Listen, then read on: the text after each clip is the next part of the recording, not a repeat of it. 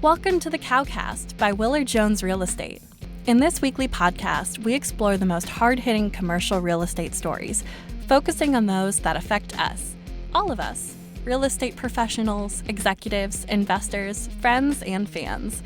We'll also discuss some updates and features of our own, including new spaces, updates, tours, and photos. Plus, we'll always sprinkle in something fun to start your weekend off right. All stories and sources are linked in the show notes. So settle in, grab some Green River, and enjoy this week's CowCast.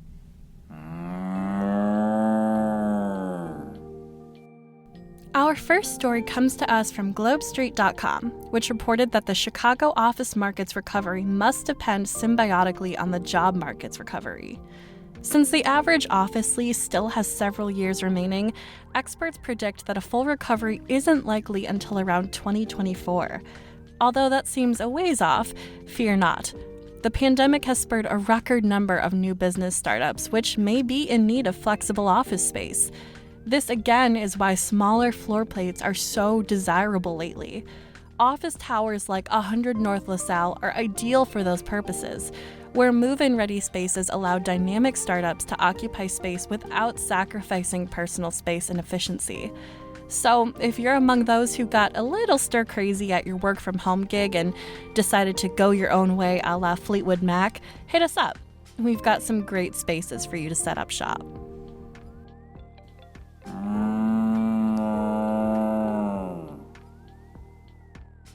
Next up is the absolutely enormous office deal reported by RE Journals that capped off 2021 on a high note. Oak Hill Advisors has purchased a controlling stake in the 110 North Wacker building, valued at over $1 billion. Yes, you heard that right. Billion. Central Business District office towers may still be seeing negative absorption, but leasing activity continues to rise, especially in the high commuter and pedestrian areas like the Loop.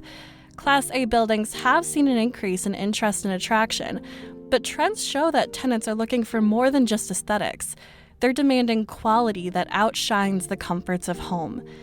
Biophilic elements like meditation gardens, balconies, and skylights are just some of these elements in high demand. Others include on-site medical offices, upgraded HVAC systems for cleaner air and better filtration, and even in-office pet amenities. The 110 North Wacker valuation is just the latest sign of life for the struggling office market, so keep an eye out. Recovery is on its way. Finally, it wouldn't be an episode of the CowCast if we didn't mention Fulton Market. Once again, the trendy West Loop neighborhood is in the news for yet another major lease signed. This time, it's Puttery, a competitive socializing and entertainment golf experience, according to Business Wire. Quote, the 23,000 square foot venue will span across 2 levels and feature 2 uniquely themed 9-hole putting courses, 2 indoor bars, a rooftop patio bar, and a chef-driven menu and incredible craft cocktail offerings. Guests will enjoy ample seating and eclectic lounge areas throughout each level, unquote. Drive Shack was originally supposed to set up a Puttery location in Bucktown, but in March 2021, they pulled the plug without stating a reason. With Fulton Market leading office and retail recovery throughout even the worst of the pandemic, it's not surprising that the neighborhood has become Drive Shack's new focus. There's nothing quite as cathartic as getting buzzed and hitting golf balls to work off the stress of Omicron, except maybe the unmatched feeling of signing a new office lease.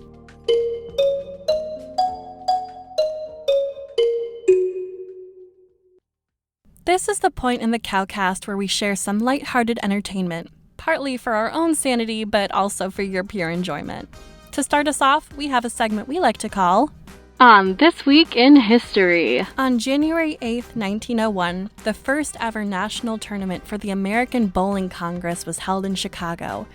Back then, bowling balls only had 2 holes, and it was a primarily male-dominated sport.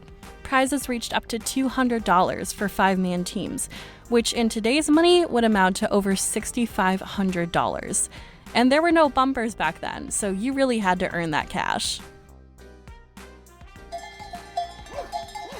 Our last segment is called Just for Kicks. In a world with so much doom and gloom, we like to end your week with something fun and uplifting. Your good news of the week is that the Chicago Recovery Plan Community Development Grant is offering up to $5 million for business owners, particularly those from underserved communities, for commercial, mixed-use, and industrial developments. These funds are aimed at boosting retail, entertainment, and dining activity in the city's most economically damaged neighborhoods, and all business owners can apply online. We'll share the link in the show notes. We're so excited to see the city we love giving back to its people. Sticking together and helping each other out is the only way we're all going to survive this pandemic.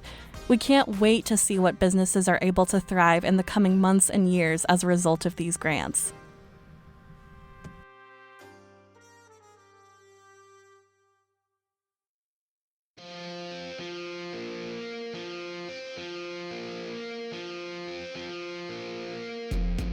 Thank you so much for tuning into this week's CowCast. Be sure to subscribe to our newsletter for daily Willard Jones content. Follow us on Facebook, Twitter, and Instagram at WillardJonesCRE, and be sure to leave us a positive review on Spotify and Apple Music.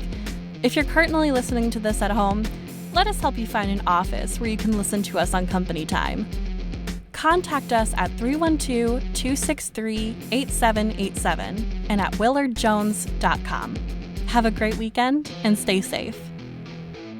The CowCast is produced by Willard Jones Real Estate and is narrated by Amanda Friedlander.